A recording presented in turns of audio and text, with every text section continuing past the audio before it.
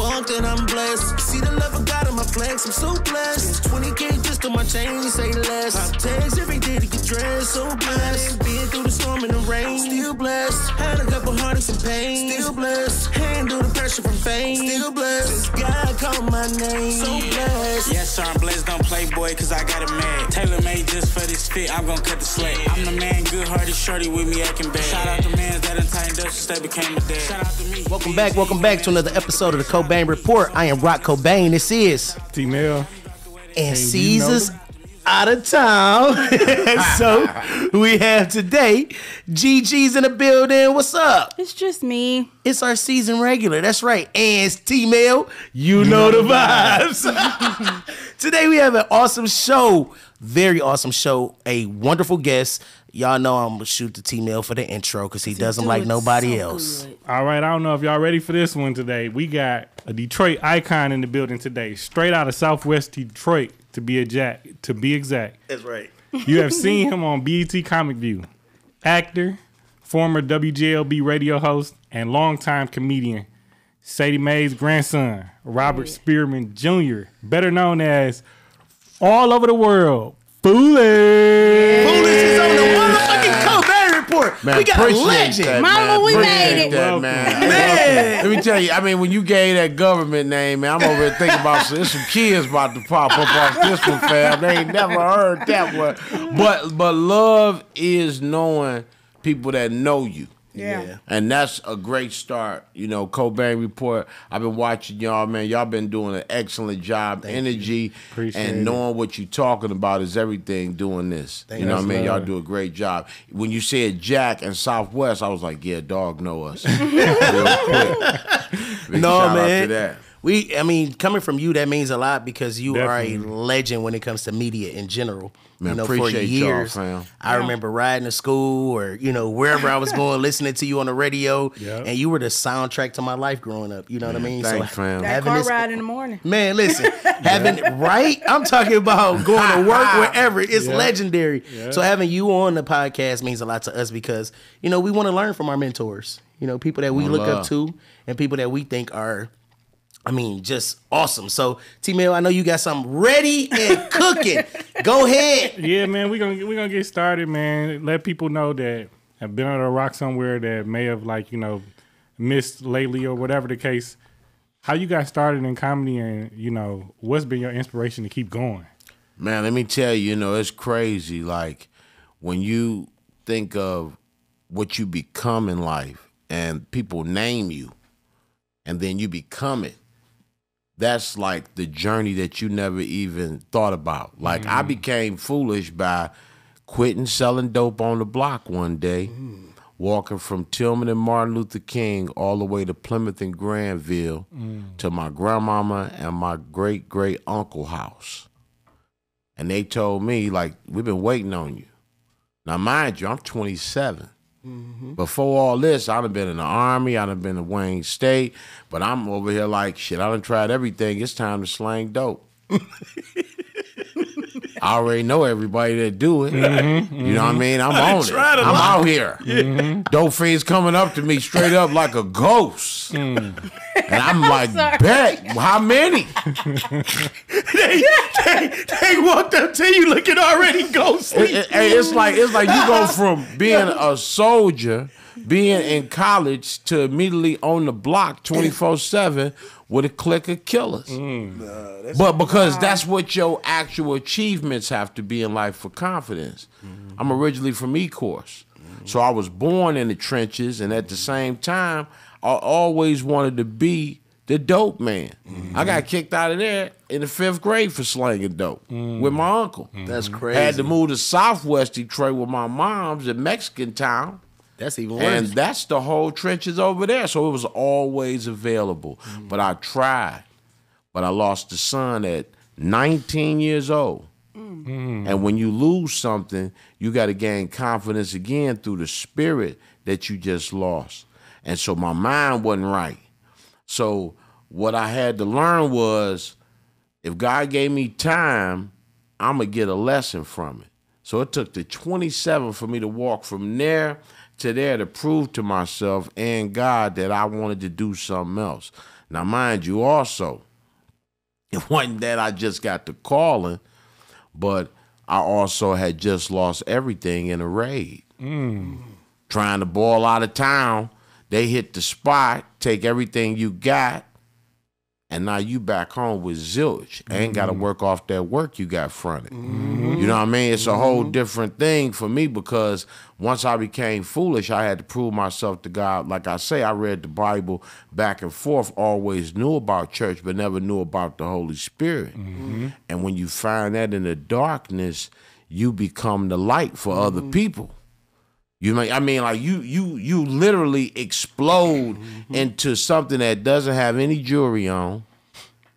It has a literally a lane that you in where you meeting people that need you and you need them. So I went down to Flint after doing all these different little, I want to say talent shows in Detroit because I was rapping and doing comedy. A dude by the name of Ken Berry and Talisha Berry, married couple with 4 kids, was doing a gospel play. And me and Kool-Aid was going down there every Wednesday to rehearse. Long story short, they say, fam, we need you to move in with us. We're going to teach you how to act. We're going to put you on. We're going to have Mike Epps come do the play, Zoo-Man Miller. I'm like, oh, this is serious. Right. This that real deal. I went from 1 page to now they wrote me all through the play. And I met Mike Epps for the first time, just like 97. So we did it one time. We just did one play. We ain't never take it on the road. Had a lot of stuff go down, a lot of gangster stuff. Didn't know that was behind the play. And I ended up back here doing talent shows. And then BET Comic View came for auditions. Toe it up. You did. Yeah. Ripped You it. did. Ripped it. And I followed Ricky Smiley. Had the boot on and everything with the wig. And I'm over there from Detroit. And I ain't gonna lie to y'all, man, my teeth was jacked. Like, you know what I mean? I got the Ronald Isleys in now. But I had some chip boys. When I'm talking about, boy, you look at that old BT on YouTube, fam, I swear, that boy, that teeth Earl Flinting like a mug. You hear me, fam? Hey, you know, it's funny. It's funny because... But I did the James Evans and ripped it. Yeah, I was about to say, did. your confidence is what, you know, did it and what distracted from that. Because I didn't notice that. First, of course, I noticed the Pistons jersey, you know. All day. Yeah. Now, you know, that was the actual 5th one I did. Okay. That was number 5. Okay. The first one, check it out, I got a gold outfit on with some big collars. This was back when the pimp collars was out. That was 98, 97. And straight up, Kirk dog, Franklin suits. Teeth was divorced. Oh my God. It was straight up some butterscotch on them boys. You know what I mean? Gingivitis Jr. Smug, but I killed him. I can't even talk shit. I had braces like 6 years, bro, because I swear I'm weird, bro. I'm praying for you. That's right why now. I tell dudes, man, you gotta, if you gonna date a woman, man, date a woman that got some benefits, fam. So get you some veneers. Yeah. Like you over here doing all this humping and your teeth jacked. Yeah, they can't even look you in the face because you get them my choices. God. Talking about you as soon as you break up. No, talking about you as soon as you leave. You go to work, God. you go to the gas what I'm station. saying? We on the phone. No. Bro, his ugly ass over Bro, there. you're so ignorant. Oh my God. Okay, so listen, take me back a little bit. All right, so I need to know the transition from dope to rapping, from rapping to multimedia. Let me tell you, rapping, and it was a crew of us. I remember you We was rapping. called Low Life. So when we was on the block slanging, all of us had a different style. And we all used to sit there and go to all the rap concerts, and we'd be selling. I'll put it to you like this. We had the most cranking weed spot on the west side. Like, you can come 24 hours and get the fattest dimes of all time. I'm talking about 4 grams for a dime. You hear me? I ain't lying to you. I mean, I got Not the 3.5, the 4 grammers. I got dudes out The here big bags. I got dudes that's Black Wall Street right now on businesses that used to come see me when I was on the block, and we friends to this day. Look, on the east side, we'd say you got to go to Nottingham. See what I'm saying? Now, I remember on Van Dyke, y'all had a spot where dog would throw it out the window. doing? Take the money up with a Dixie cup. I was like, damn. That nigga said you not pinning this on me. But I put it like this. Dixie. Being able to transition from music and rapping and still staying on the block was really how your mindset was. It was nothing. It was nothing to actually be talented and be selling dope. And being with other people who doing the same thing. So, you know, with us, it was competition. And I hate to say it, like, I was probably number 4 out of 10. Because, you know, my boy Trey, then, you know, my boy Dana, then you had, you know, like Zoids, you had my boy Doogie, you had dudes that was straight up like, they was on that. And me, I'm over here just being in the Army, just being from college, but always having a hustle in me. It wasn't the same for me because I was actually making, like, I like talking to the ladies. Yeah. I used to love kicking the lady game because, you know, a lot of people don't understand that once you rapping about the women, then you actually get to know them better and you teaching them what fellas really thinking of. Yeah, for sure. Steve Harvey vibe ass nigga. I mean, I hate that nigga. That man. nigga. I was just about to say. I hate that nigga, fam. I ain't gonna lie to you. That fake motherfucker right there, dog. You know. So y'all. That nigga's so fake, fam. Come on, give us our Cat Williams episode. No, come on. What he do? Tell me what Man. Steve Harvey did to you, foolish. So I'm on the That whole ass radio. haircut. I'm about to interview him and Tommy. Now, first off, his nephew Tommy. I'm over here filling in for my boy at the time, Corey Holcomb in Houston, headlining because Corey had another show, so he called me like, "Hey fam, fill in for me." I get on there, this motherfucker looking at me like, "Hey fam, who is you, man? You know Blaze's probably like, yeah, I'm Foolish, Blaze's Police from Detroit. I'm filling in for Corey." He's like, "Yeah, I know that, but who is you? You funny?" Like talking to me like that. I'm like, "Oh, okay. We on that." I'm like this. "Yeah, man, just bring me up the stage when you supposed to." So Dog did 45 minutes. He the host up front. Just 45. This is a 2-hour show. Then the feature dude went and did 45. Only left me really 15 to 20 minutes. Brung me up like the 5 Heartbeat dude did. This dude said he's funnier than Eddie Murphy. oh my He's God. funnier than Chris No, Rock. he didn't set you up like that. He over there from dusty ass Detroit. Oh my I'm like, God. what? Damn, I'm Terrell on- gave a better dog. intro than that nigga Steve Harvey. Dog. He been I'm a over hater there. his whole life. I'm over there on the side like I'm a found dog. no, Just gonna found. I didn't want to go up. I was gonna found dog. Knock that hair off. Right. So the crowd sit up there and they quiet as hell clapping, right? And then he leave off the stage and just leave the mic wide open for me. So I get up there and I'm over there like, damn, I'm lost like a mug. I feel like y'all just straight hate me right off the bat. First off, you know, let me say, hey, just coming from a funeral down here. You know what I mean? I really wasn't supposed to be headlining, but you know, I'm like, since I got a funeral, my favorite uncle had passed, popping them gas station dick pills. I killed them so I'm cold. You did that. I killed them so I'm cold that they was mad that them niggas took all that time. Ooh, yeah. Cause he didn't have no real joke. This nigga was talking about the color purple and was just doing each character. Wasn't even cracking no joke. So when I came out with my shit, man, let me tell you, I shook them up all weekend. But, you know, I dealt with that. So when Steve Harvey came for an interview, he was with him. And I told him, I said, hey, fam, hey, before we even start this interview, hey, fam, let me holler at you outside. Right. He said some shit straight. I told him Let's to get it his straight face, he had his little suit coat on and shit, and pull his little handkerchief out and shit. My bad. Man, I don't give a fuck about all that, fam. Right. You see how God work, fam? Right. You up in my city and you trying to get love, nigga, when you ain't show no love. Right. But you know what? You ain't worth it. I'm not going to acknowledge you in this interview at all. Right. You can sit back. I don't even want you in the camera. So then we interviewing Steve Harvey, and Steve Harvey started giving props to Downtown Tony Brown. I said, okay, dog real as hell. Matter of fact, I'm going to call Tony. Said it on the air. He said, man, call him. Let him know he a genius. I want to put some money in his pocket. I said, what? He said, I want to take care of him. I want him to write for me.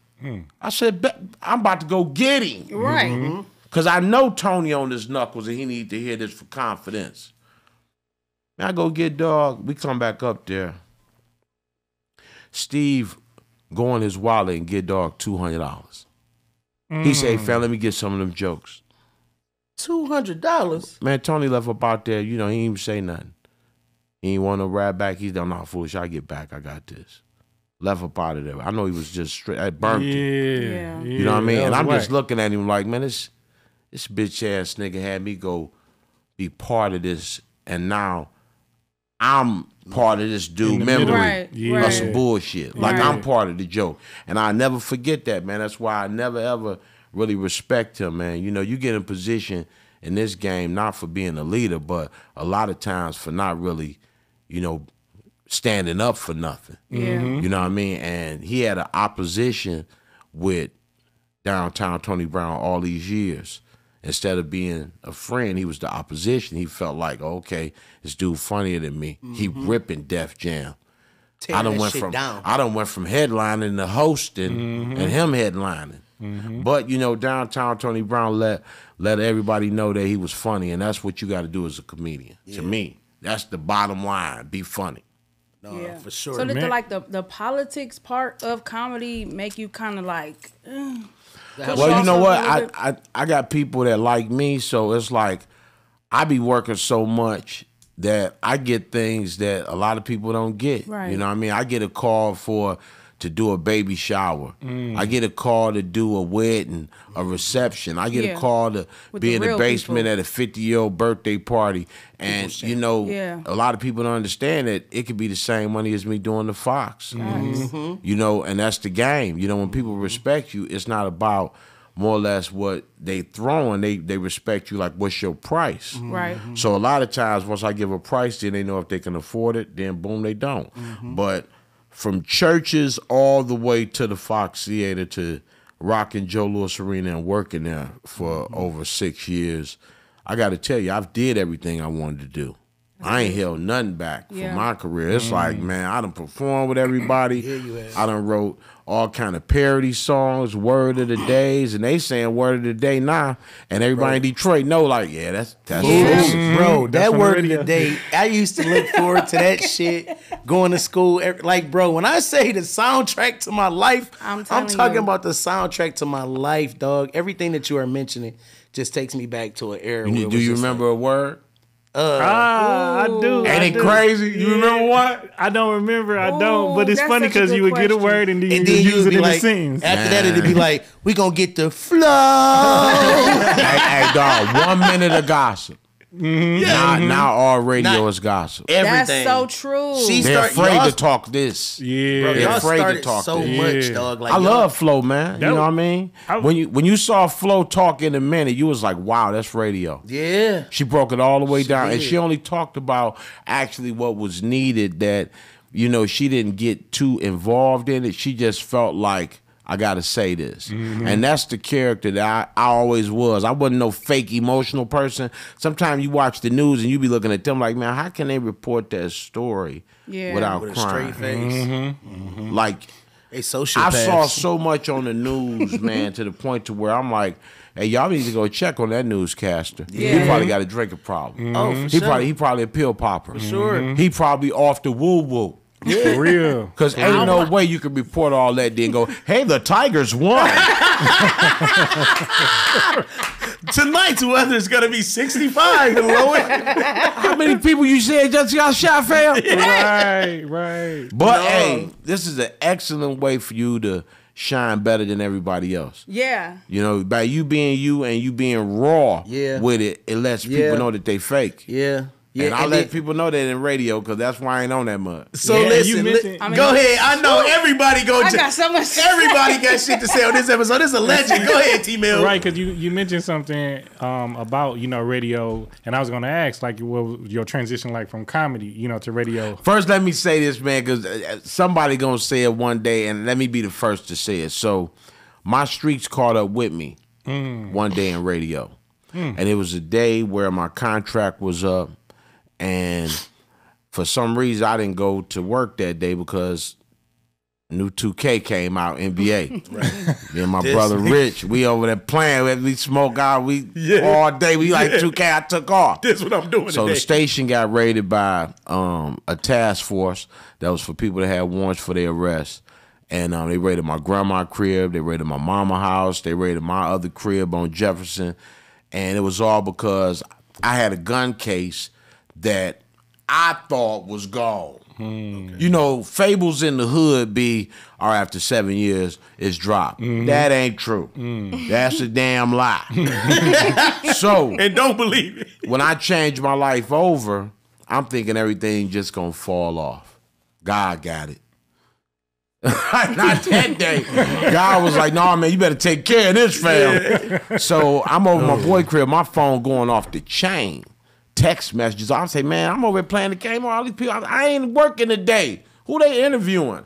I called my grandma. My grandma like, baby, what you do?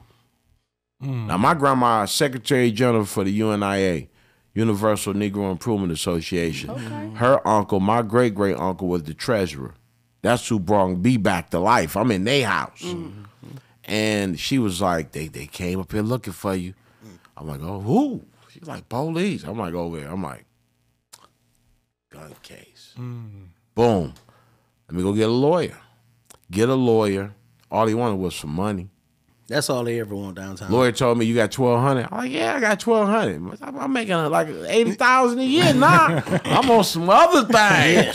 Legit. Legal, right? How much, fam? I'm on some baller stuff. Nah, but you want, I'm about to give you two. Man, dog, we wake up in the morning, I go to court, and it was this one judge, I forgot his name, man, but his eyes was green like mine. He was dark-skinned, though. And everybody told me he was vicious. And he was like, you that funny guy on the radio? I was like, yeah. He was like, man, I listen to you all the time. Shit, man, I would have been telling you got that $1,200? I was like, yeah. He was like, damn, you ain't did nothing in 7-8 years. Pay that money, man. Y'all leave him alone. Because that's all they wanted anyway. They ain't want to sit up there and acknowledge I ain't been in no trouble and change my life. You know, that's why you got to validate yourself. Yeah. You got to look in the mirror and sometimes look at an old picture or see an old person that you used to hang with to recognize your change. Because your circle is something that really makes you. And once you see that you are getting sick, your mind ain't even thinking right. Your finances is getting real messed up and you ain't got nothing to fall on but people who low-key, they ain't got it, but they gonna give it to you. You know, once you trust in the efforts of others, then you start realizing, man, I really don't need that much. Yeah. And then you start living like that. So for a long time, I ain't gonna lie to y'all, I was just getting my life straight, getting my credit score up. Oh, God, that's the key. Say that again. Once I got to like 738, I'm like, oh boy. Right. Let me go get this crib off the water. Period. Got a condo off the water, Harbor Town, $300,000. Nice. 12 years on the radio. One day they called us to sign a new contract for 3 years. Yeah. That's crazy. Right? 3 years. And you getting a bonus, $50,000. So now I'm up to like 150. Right? Legal. I signed November. They fire us New Year's Day. I remember. We was sick too. Like I'm talking like this bitch ass nigga named KJ Holiday, rest his ass in hell. What he said? Called me I'm like, who do I feel that way about? to let me know. And I somebody told me it was a setup. They got dudes that they call to go tear businesses down and fire people. And once you start seeing them, you wonder who gonna go. So I started seeing people get fired before us. And they having heart attacks. They having nervous breakdowns. This is what I'm seeing in the workplace. I'm talking about people over there going bananas, yelling, screaming. And then I'm over here, just signed the biggest contract I ever signed, and then they call me with it. I give it up to Coco. Yeah. She went in. Another legend. She went in to work that day. She interviewed Channel 2 News. She talked about her situation with the she went there. I give it Shout out up to Coco. her. Yeah. Shout out to Coco, yeah. You know what I mean? But that Detroit wasn't legend. me. She's a big fan of the show. She always reposts the content, and we look forward to her interview coming up as well. Not too long from now. So I was on my way to Minnesota. Fuck radio. Fake friends that was going along with them that wouldn't even tell a motherfucker what was going on, so I could sit up there and sue the shit out of them. See, you got people that will be your friend at work, and that's it. bro, I swear to bro, you not capping, you not capping. And then they fake that boy. And I'm like, when you ahead. gone, Keep preaching, Reverend. they not there for you. And you know what? I don't want them to be. You ain't who I've been talking to anyway. I got to go talk to God. And at that point, I was back in the darkness. I looked at radio like, man, you got to be kidding me. Then I'm thinking about my finances. Now, I got some money saved up. I got some mutual funds I invested into. So I'm straight on that end, but my mind ain't. Right.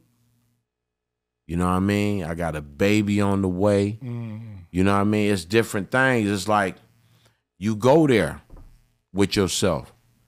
And then I say, okay, let me go try to get on radio again. So I go to the black radio station, black on. You know what I mean? 107.5, you know, and I work with one of the best in the game, Big Greg. You know what I mean? I already know all the DJs from the parties, you know what I mean?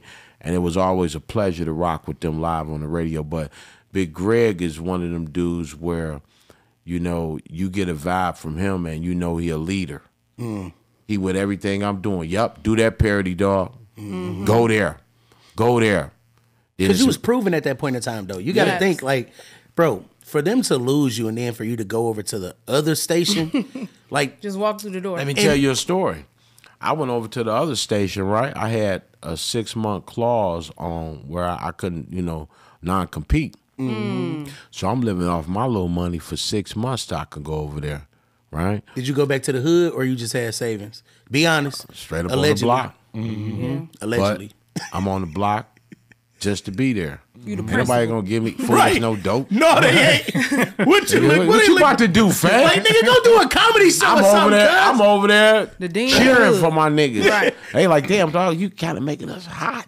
Coaching. What the fuck is you doing over here, Get your dog? famous ass off the block, nigga. Being a coach. You're too But- famous. But the weed game was what I was about. Okay. I started growing weed. Okay. And once you start growing weed, you know, my brother Rich, man, you know, who was a genius with it. I'm the marketing part of it. Once I became me, now I felt like, wow, I could slang weed legally through the jokes. So after my show, I'm slanging weed. Gotta get it. Legally now. So whoever foolish sponsor, we looking for a sponsor for the Cobain Report. Foolish weed only. Whoever we Oh, want you know to be. what? They out here, man, because low key, I feel like people are getting back to that after they saw what the other drugs is doing. Oh yeah. Yeah. You know what I mean? It's a lot of ladies that's been seeing dudes not being able to keep it up with the Yeah. other drugs. That powder killing our city. I And mean, the not just our codeine, city, and but the codeine. our Yeah, culture. cough Yeah, medicine, codeine. Man, Yeah. dog, That man. codeine, dog. oh my God, they It's be falling asleep. Man, it's a lot of It's a women whole that different experience. really, they don't even supposed to be messing with that because now they literally be drooling when they be talking to you. Like fam used to mess with that codeine, they be drooling, saying hi. Your high is drooling. No, for sure. So when you got done and you said you was on the block, you went back to selling the weed. You know what I'm saying? You had to do what you had to do to survive, right? Allegedly. We got 107.5. You had a 6-month clause. And you know what? It was so good to sell weed through them. Everybody coming in town knew I was the weed man. Yeah, man. It was all fun. the comedians. It was fun. Shout out to The Cezah. connect. Yeah. Man, but you know what? I didn't discriminate, man. I done sold Young Thug, man, T.I., Allegedly, everybody we done that sold- come through, man, we having fun. And these been my people for over 20 years.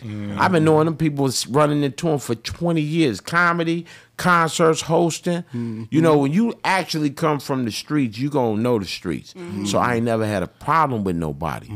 Frank Ocean even bought some weed from me. I didn't even know Word. And he Frank ain't Ocean was even- on that level. Yeah. It was when, like, at the beginning, when he was just beginning his Before Frank we Ocean. before we knew he was in the Ocean. male Before he got to Charles Pugh. Hey, look, I wanted to go there. So look, I was gonna say, All right, so do you want to get us through the 107.5 or not? Because I was going to say, I saw you. Let me tell you, I left 107.5 with Dr. Darius. and they was cool because I understood what they was about. They was on transition mode too. They was looking like radio was getting terrible. People are starting to not pay attention to us. Pandora is here. Yeah. YouTube is here. Yeah. So they're taking more of what was original out of radio and replacing it with the computer. The radio didn't pick out the music no more. The computer started to. It started showing that this is a jam. So instead of you calling in saying it's a jam, no, we already know that. The computer said that. But everybody ain't really the computer. So the statistics of what radio stations play, you might hear Jodeci over here, then you're going to hear Casey and JoJo over here. Because you want to stay pop soul.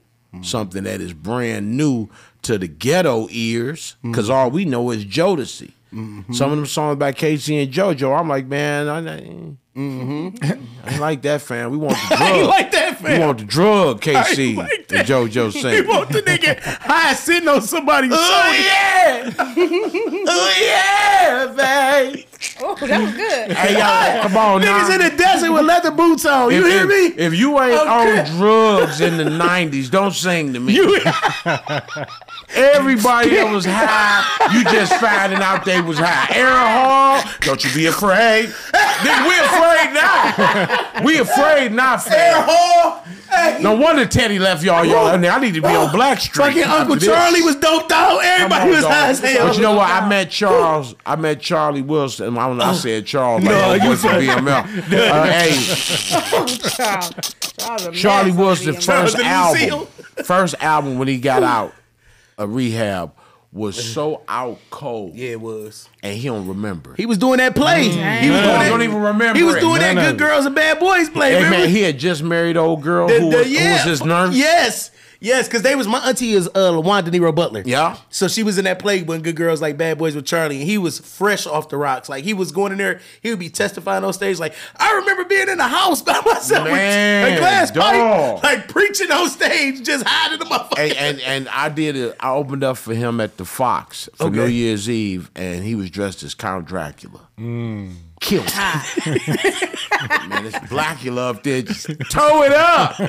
I'm talking about Potter. Man, he did every song, plus he went back to Burn Rubber on Me, and it was a rap. Man. But see, man, to hear him in and out of line, at least you can wish me love. When you heard that, you know the vibes. Hey, listen, nobody fucking with Charlie Wilson to me, bro. Man, he still comes to Detroit and kill the Aretha every year, bro, with the little light up suits and the dance. He out the whole band is Detroit Detroit band. band. Now, because he even sitting in the chair. See, I go to them concerts because now I find myself not being able to be at a young rap concert. Yeah. Like, you know, once you realize you in that young vibe, you can die. They shoot everywhere.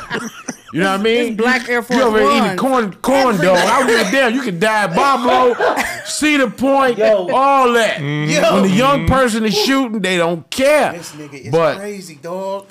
My whole thing is, I don't go to clubs because of that. Like, you ain't gonna play all the babies and think I'm gonna stay there. You done play Dub Baby, Soda Baby, Lil Baby, Babyface Ray. I'm out of here, fam. Another damn baby some death in here. Yeah. The niggas got on Jordans as Charles the White say. Jordans in that rap music to tear the world. And you know what? That's the whole thing is they not really coming there to have a good time. They coming there for that bullshit. Yeah. Let you know, nigga, they don't even dance no more. I'm something, fam. Yeah. And the girls up there.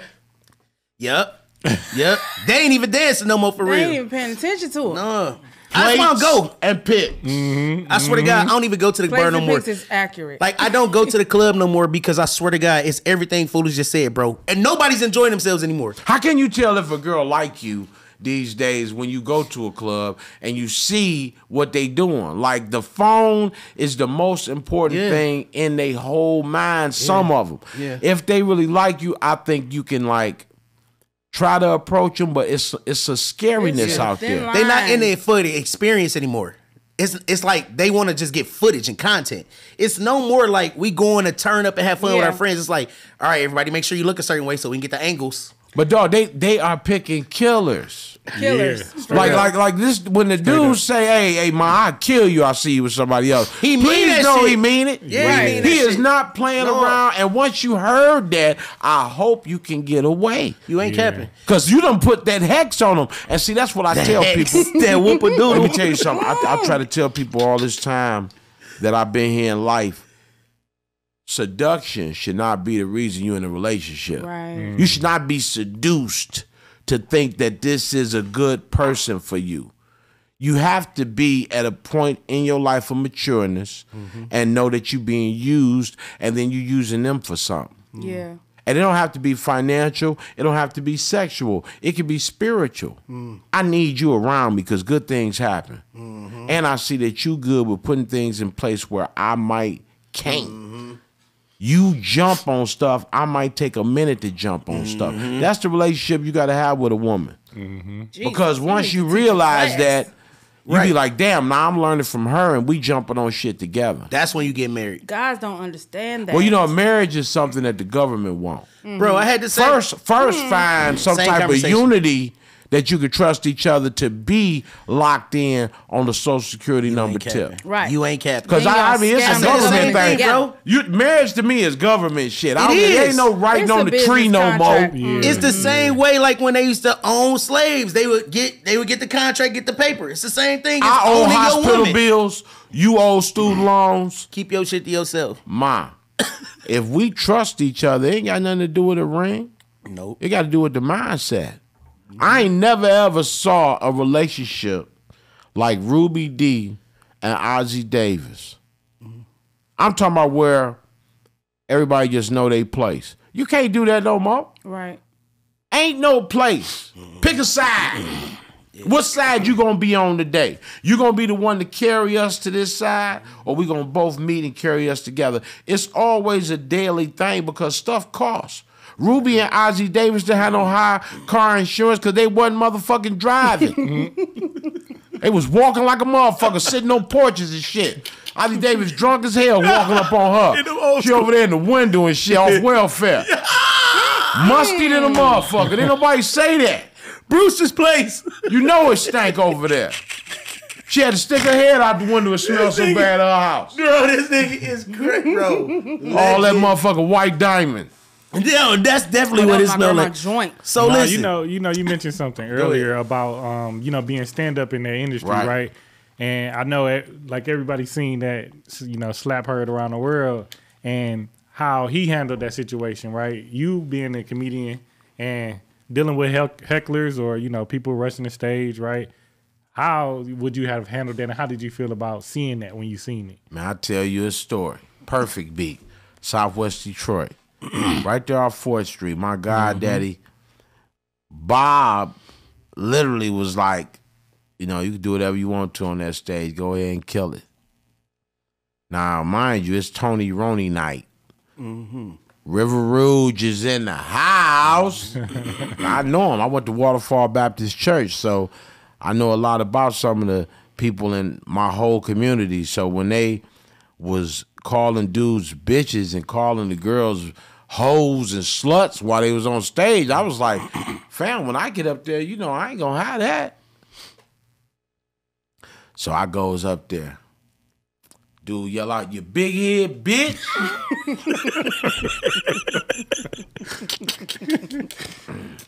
Fam.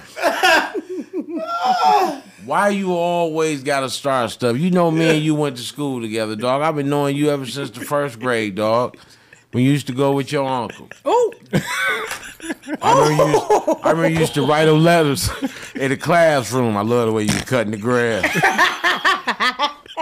I'm talking like destroying. Everybody in there. Everybody in there. Take the button. It's smooth. I'm smooth with it because they believe in me. Like, that's how you supposed to make it sound as a comedian. One of his boys stand up, and I guess he must have been touched before. Had some tight ass Lee jeans, the LEE. That's how I knew he was on ass nigga. Had the LEEs. He said that's how I knew he was Stood up and pulled a little 35. He tried to pull it out of his pocket. One of them fucked up guns. Went off. shot herself in the thigh. That's crazy. Now, mind you, the waitress and my goddaddy's son up in there with the guns on all of them at that point. Cops came. One of the cops went to school, graduated with me. She a bulldogger, Mexican. You can't call Went him over there. Yes, you can on this show today. You can call her bulldoggers Hey, today. hardcore. I love her for life. Carmen, Just today. my girl. Man, she got that motherfucker up in handcuffs and boys. I just put it like this. You can't even understand the angels that be around you. Yeah. No, for sure. When you in this game, you have to attack it like it attacks you. I never was in a bar and let somebody talk over me. And I'm talking about we was in a hard bar. That's just one story. I've been out in B's Comedy Kitchen where Bulldogger threw a vase at me and missed. They be on you. You know what I mean? Well, you know, you can't talk. Yeah. While I'm performing. I don't give a care who you is. Right. She was over there looking like D'Angelo and she ain't like the compliment. With the braids just like to the D'Angelo. Thought you was gonna like that. With the back braids. So look, Reg, I need to know because, bro, I know it's getting close, T-Mail, but we got to hear some more stuff, bro. How did you get hooked up with the Reggie Reg Network? I know you were rocking with Reggie for a minute. You know what, man? I tried to do something with Reggie Reg, did. man, but Reggie Reg did something stupid. What Reggie did? He put Charles Pugh out did. there. It He's killed like, it. man, the Charles Pugh interview will kill it. I'm like, man, No, fam, it don't killed nobody it want to for hear sure. about nobody twerking for no iPhone, fam. Nobody being a city council president tutoring after school. God. Come on, fam. Wait. Look, so listen. I went over his house for Thanksgiving. We had the morning show Thanksgiving dinner, right? dying. We said we're gonna be as a family together and nigga, shit, I'm right? crying. He's like, y'all guys can come over to my house. Wait, what you say? Say it You again. guys come over to my house and have Thanksgiving together, meet my friends. Friends? Hey, look, wait. So listen, I was trying because my cousin used to know Reggie Reg back in the day, right? So I was proud of the whole thing. You know, I was trying. I would listen at work. I would put the headphones on, sneak. Yeah. You know, I'm trying to support Yeah. the brother. Reposting the YouTubes. But when he had that Charles Pugh interview, bro, he was like, this was going to shake the world. And I was like, hell yeah. Little do you know, as soon as he dropped the interview, his shit started falling off. From that point on, But it you was know, over. You can't put pedophile stuff out and think that people want to hear it. Because people ain't cool with that shit, bro. Yeah. When I went against him on the radio, it was people calling in saying, hey, fam, why don't you lay off of him, fam? I'm like, hold on, fam. He just said that your son could compliment his smile. Who think like that? Right. That's a sickening ass thought. And when I told him that to his face, he had so many people and so much money behind him that he didn't ever think he was wrong. No, he didn't. So it grew.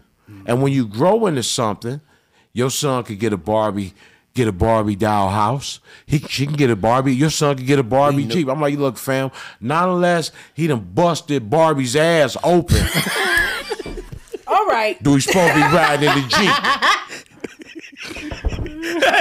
Hey, bro. So when I saw you and Charles Pugh on the same network, I was thinking to myself like, this shit is not gonna work out because this nigga don't give a damn. He gonna say something about this nigga. Hey, man, And the crazy part about Charles, right, is Charles got out and he still stood on that shit. Yeah. I mean, he a professional dude, and that's what people like seeing.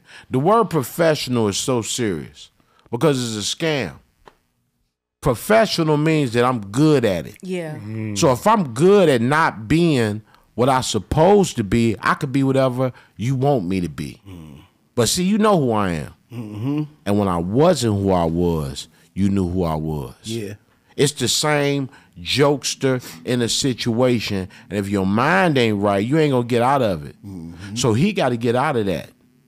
But guess what? Bro. It's too many people that have been victims that's gonna cause him to go back and forth. It's a dude right now waiting to twerk for an iPhone. Right now. Hey, listen. Texting him. Hey, listen. Texting him is Send wild. your video. Send your video. You tell me if you like it. Hey, look. Bro, listen. When that cracked open, right? We all kind of gave Pat no Diddy when the cracked open. But anyway, Jesus. when that all happened, right? Thing. I think we gave Detroit him the benefit of the doubt initially, right? Because we were like Parts of Detroit. Palmer Palmer Park. It's cool with us. If you know, you know. Some of us waited until the real evidence came out. cool. And when that evidence, cool with us is nuts. But when the evidence came out, it was just like, oh no. Fam, we can't fight this. Thanksgiving over there, fam. Nah, I'm Flamboyant in the motherfucker. I'm one of them dudes that, you know, since I got a little money, I'm about to go spend it with all my people. I go to Motor City Soul Food, buy like 6 different trays of food for the crew, right? I get over there. Everybody bring their little dishes. I ain't gonna lie, it was like they dishes didn't match, man. Niggas showed out. My shit I was the one at gourmet. the party. My Yeah. shit like niggas was making plates early than a motherfucker off my shit. Everybody else shit looked a little greasy. Like, hey, fam, nobody eat like hamburger coleslaw, fam. I'm crying in Who this the fuck bitch, run bro. hamburger coleslaw, dog? I ain't never I cried ain't in no this motherfucking in an coleslaw. interview You can put before. hamburger in it. Yo. So then while we there, so 2 dudes come from upstairs, 2 young dudes. Oh, no. Like, you know, like the dudes look like off Power and shit. The 2 gay couples. I'm like, okay, this thing got 21, 20. All right, how y'all doing, fam? Y'all right? And next thing I know, 2 dudes came from the basement. I'm like, oh, this nigga run a little silo. He got a brothel in that Dog, bitch. I ain't lying. Then he brought his niggas. I said, man, I'm out, fam. There's too many of y'all. I'm sausage party up in Not this enough of bitch, us. fam. Yeah. Coco would just sit there, hi. Hey, there's too many. Go. Let's go. So, you know, your boy- white boy Max, you know, he cool as hell. He over there, you know what I mean? He Jewish. He over there. That's what they do. Trying to find investment. You know what I mean? Like, right. No, what no. organization I is don't, this? bro. I'm praying for everybody involved, all the victims, all the alleged victims, all of that, because There's no victims, fam. You don't let your kids get tutored by grown men after school. It's just like the coach over there in Southfield. How all of a sudden y'all driving the coach truck, he drunk at the crib in his drawer. Man, let me tell you something, dog. They love doing stuff after the fact. It be people know what's going on, just like the Puffy shit. Yeah. You knew for years, decades, what he about, what his people about that's backing him. You ain't say nothing because guess what? They gangster. Yeah. And guess who else is gangster? You. You have to Facts. take yourself out of that situation. If I'm gonna be funny, I don't have to be funny in Hollywood. I'm gonna be funny every other place where I'm at. Any stage I get on, I get to rock that boy. It ain't even about me being in front of somebody that can invest in me no more. I'm like, Right. I don't need your money, fam. That's People so gotta real. call me That's to real. go in on anything. And that's how you want it. If you really about me, I'ma know it. Then I'm gonna mess with you. I'm not gonna mess with you because you can give me some other places. I don't even want to be them other places. I saw the devil. I saw friends turn into demons. People that you sit up there and show your family to turn on you. Soon as that knuckle get to hitting you in your face, watch they feet. You got to understand it's a real balanced energy when you losing. But when you got the momentum and your energy always popping, oh, fam, you on overload. Okay. But when you weak off money and you weak off snakes around you, oh, fam, them blows gonna hurt you. But you got to get God. You got to get so much confidence to overpower them demons that look at this army right here. I ain't even been messing with them. I'm stupid. They got my back. When I got in the accident, they hit me and shit, and my damn spine shattered. I had to get, man, that spinal cord surgery saved my life because it actually lined up my mind. And that's what you got to realize. People that got my back just showed themselves. You're going to fall in love with that type of energy. And that's all I got around me now. So, you know, radio to me has no love. It has a price. Yeah. And all these people paying it is seeing that their life is in all type of ignorant vibes. You worried about people about to kill you off what you saying. All because you want that attention. Yeah. Man, that ain't what this about. It's about a legacy that you creating through your show, where people can look back and get something from it and know that that does exist. I hate to say it, but when you hear people talk about religion these days, it's kind of fictional compared to the people that they're attached to with their story. He always saying, we always talking about this every day. Like you'll be up here, you listening to me, then you got somebody else over there, all of a sudden they got something to say. Say it. But you ain't me. You ain't lived what I'm talking about, so all you got is opinion.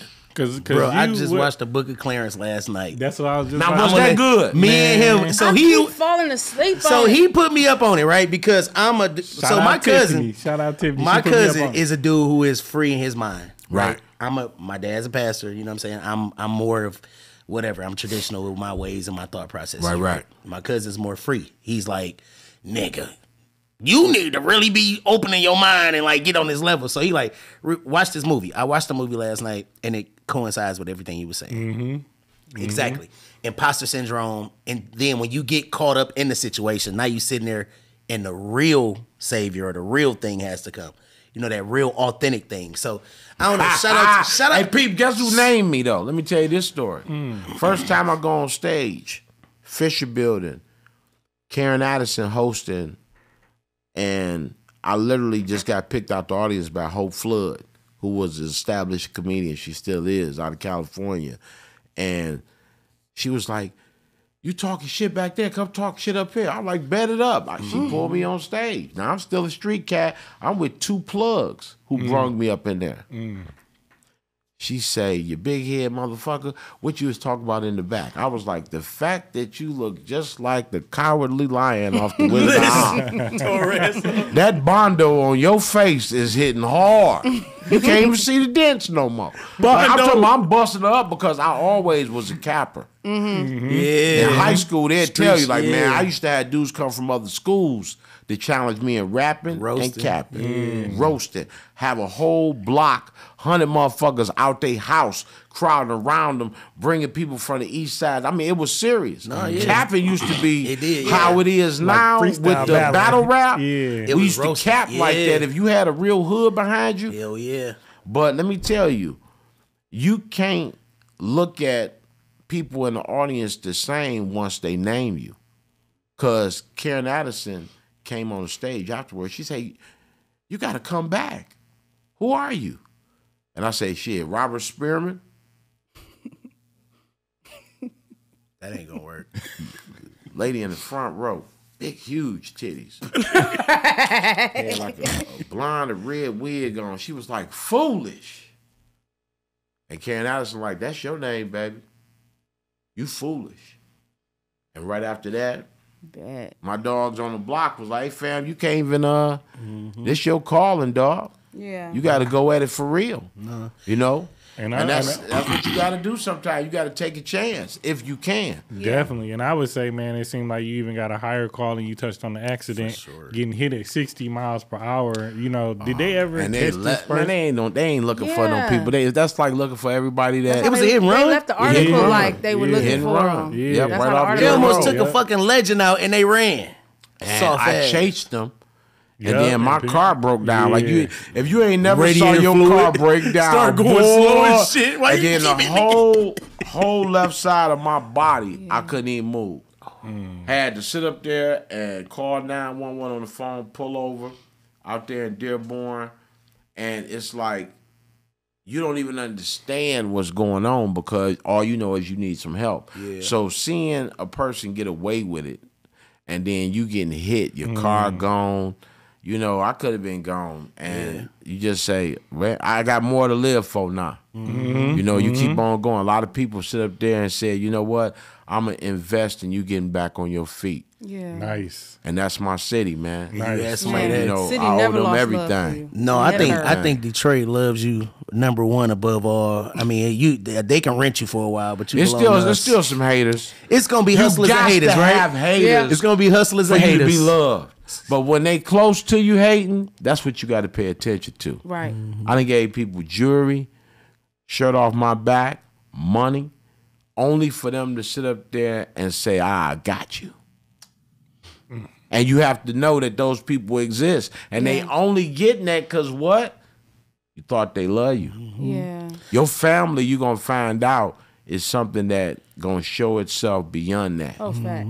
That's what I was going to ask you. Have you really experienced any like changes in people since you've made the transition? I mean, you've been lit a while, bro. I mean, a lot of summers. I mean, a lot of summers. When Kool-Aid passed, my grandma passed, and that was in the same month. That broke me down for a minute. I couldn't even do comedy. I went to New York and tried to, do Rob Stapleton room and bombed. You know what I mean? And it was like, I can't even picture you bombing. oh man, when your energy ain't right and it's off. Comedy is all energy. Because your jokes can sound like rehearsed if you ain't got the right type of vibe going. Like you could just sound like you talking to them like you already know it's gonna be funny and they know that, and it ain't. Yeah. I'm a storyteller mostly, so I need a certain type of vibe to create that. And when I'm down and depressed, I swear the jokes ain't gonna fly right. And that hurt me so much to the point to where I was like, man, maybe comedy ain't it. Let me go get a job.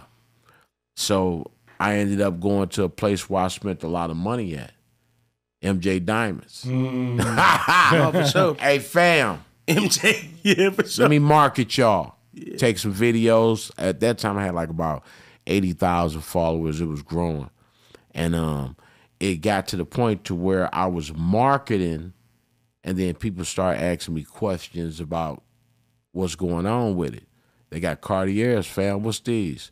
And I'm like, oh, these right here, fam. These the authentic boys. These the vintage ones. Let me see how much the price is. And once I started doing that, they like, hey, fam, you might as well go ahead and get on. We gonna throw you this with benefits, and can you do 40 a week? Nice. I'm like, 40? Yeah. That mean that it's the college kids that can't, they 20 in. You know what I mean? So we need somebody on a regular. And I'm like, the numbers worked out. It ain't no hard work. It's mostly, I want to say, one-on-one with the customers. But at the first moment, I was over there like, oh, these motherfuckers over here looking at me like I'm foolish. What you doing here, fam? Like downing me. I remember one dude had his kids when he was like, damn, that comedy don't be paying nothing. And I'm over there and they're like, you don't have no clue. I need to go to Minnesota and sell pills this week. This motherfucker stupid. Get it back popping, man. I'm stupid thinking. Yeah. Just on some, just to be stupid thinking and say, wow, this is how people look at you for life. Radio man. And I'm up here in the boutique, and now they think I ain't popping on the mic. Now they think I ain't got nowhere to work on the mic. I could have a weekend at Punchline, weekend at Burt's. I'm regularly there, but I realized y'all not nowhere. Right. You talking to me because you don't get out and support. I'm working this 40-hour job. You judging that because you ain't coming out on the weekend supporting black-owned business, Punchline, Burt's Warehouse. I'm at both spots every other week making that money and growing weed. Right. I'm going to keep me some weed no matter what's going on. I'm grinding. Yeah. And I'm doing it so smoothly that it ain't even no pressure. Right. Yeah. But the pressure is talking to people. Now I got to explain every time they come up in the store what I'm doing there. Then they look around. Oh, man, you on this? Yeah. Got to that. Right. Now I'm talking to you too much because you don't want to talk about really what's here. You want to talk about what's going on in my life. You the main attraction instead of it being the jury and stuff. I get it. Humbleize yourself, though. That's all that is. Take everything that they got to give you and flip it into a sale. Now I turn this conversation into a $3,500 sale. Yeah. Based you on want the buffs or what? Right. You want the buffs or what is crazy. Dog, we're going to wrap this episode up. I know it's been... This was too good. This is probably my favorite episode so far. T-Mail, you were right. Because we had overbooked and I bumped somebody for you and I'm like, nah, they can go Foolish. T-Mail like, nah, Foolish is funnier and the interview gonna be better. And T-Mail was right. I'm publicly saying it. Why y'all go there and like, subscribe, and share. That's love. Cobain Report. Wow. Because me and my cousin, literally, this is the first back and forth we had over the Cobain Report, okay? But he was right and Greg was wrong. Cobain was wrong. So I'm gonna give Foolish his time to tell y'all what he got coming, where to find him at. I mean, y'all already know this shit. He's a legend. He need to be putting us on. But we gonna give him the round to say what he wants to say in this last minute. Let him know where to find you at. Talk to your hard camera. Let him know. Thank you for coming out. Bro. Smoking with Foolish is my IG and Facebook. I'm gonna be at the reunion in St. Louis on the 26th, one of the biggest shows my brother Jesse Taylor put on hard. And when I tell you we be out there deep, we be out there deep. Yeah. I also will be in Chi-Town next month, Riddle's Comedy Club, along with Francis Bar and Grill, my brother Marlon Mitchell, Damon Williams. Them the dudes that you want to stay plugged with in the Midwest. Jesse Taylor, Damon Williams, and Marlon Mitchell. Everywhere else, I ain't gonna lie to you, it's kind of hard to get there. Yeah. I go to New York, my brother Talent, Freddie Ricks. I mean, everybody got a lot of love, but that's a 10-hour drive. Yeah, it is. And you got to have a place to stay. So people get expensive when they say, hey, man, come on through. I'm like, fam, if y'all only got work nights, I understand. But we like the big shows. Yeah. We're going to get back on that, man. If not, we might have to take that trip to Minnesota. Right. You're not going back to Minnesota, Foolish. You are to y'all, fam, too legendary. Man, Thank you, man. Bless you. T-Mail, what you got coming? Man, shop the brand. Bless Detroiter. Follow us. Check us out on YouTube, The Cobain Report. Like, comment, subscribe, share. We appreciate Foolish coming out. Showing us love, keeping us laughing, and take heed to what he's saying. Like, humble yourself, It's take a lot for a person to come from, certain position and then go to what people look at as like a lower position. And I'm cardied up. I noticed that earlier. I got everything you need. Right. And, it's always good to meet people. Mm-hmm. You know what I mean? I've met so many good people and did so much through them just by being at the center where they can actually come and see me and talk. And that you might change people's lives by doing that. No, That's it. For sure. Go with God, you'll be blessed. That's right. Gigi, what you got going? GGVernado.com for everything.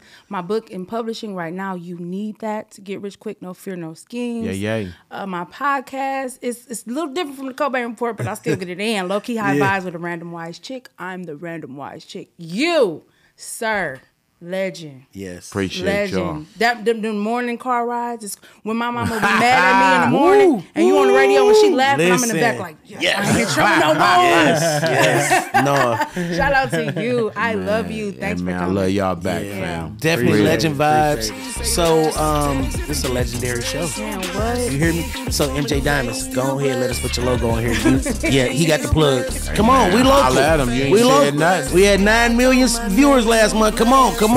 Shop with us and we gonna shop with you. But anyway, it's gonna be a rap, bitch.